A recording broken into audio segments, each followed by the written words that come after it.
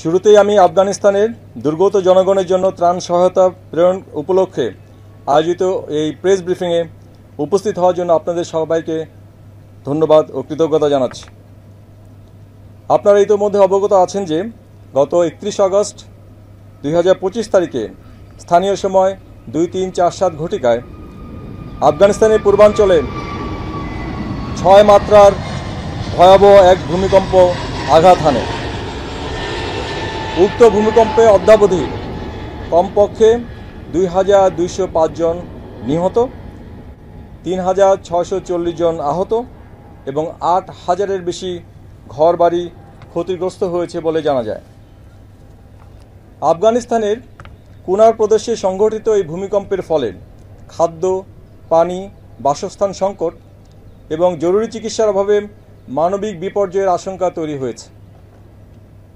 বন্ধুপ্রতিম দেশের এই মানবিক বিপর্যয়ে বাংলাদেশ অত্যন্ত মর্মাহত।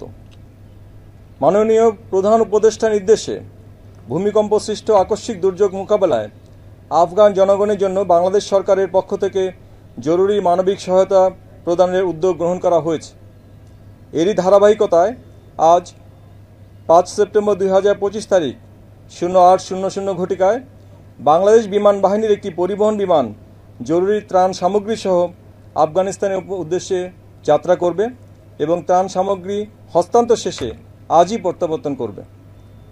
আজ প্রেরণকৃত সর্বমোট 11.227 টন ত্রাণ সহায়তার মধ্যে রয়েছে তাঁবু 50টি, কম্বল 250টি, শীতবস্ত্র 360 কেজি, খাবার পানি 1008 লিটার, শুকনো খাবার 6525 কেজি, কাপড় 57 KG, biscuit 74 KG, milk powder 135 KG, noodles 93 KG, ঔষধ 125 কেজি।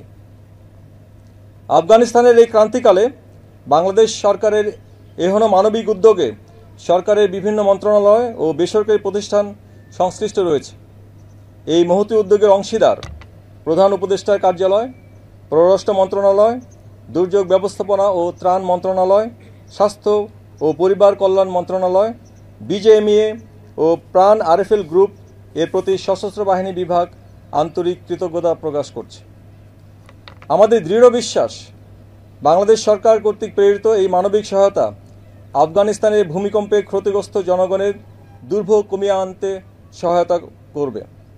আগামী দিনগুলোতে সরকারের নির্দেশনা অনুযায়ী বৈশ্বিক যে কোনো প্রয়োজনে বাংলাদেশ সশস্ত্র বাহিনী আত্মনিয়োগের জন্য সদা অঙ্গীকারাবদ্ধ। আচ্ছা, আমাদের আজকে যে টিমটা যাচ্ছে ত্রাণ সহায়তা নিয়ে, এখানে 16 জন সদস্য রয়েছে। আমাদের এখানে এয়ার ক্রু রয়েছেন 14 জন, এর সঙ্গে রয়েছেন আমাদের পররাষ্ট্র মন্ত্রণালয়ের একজন অফিসার এবং আমাদের সশস্ত্র বাহিনী বিভাগ থেকে একজন প্রতিনিধি, একজন লেফটেন্যান্ট কর্নেল।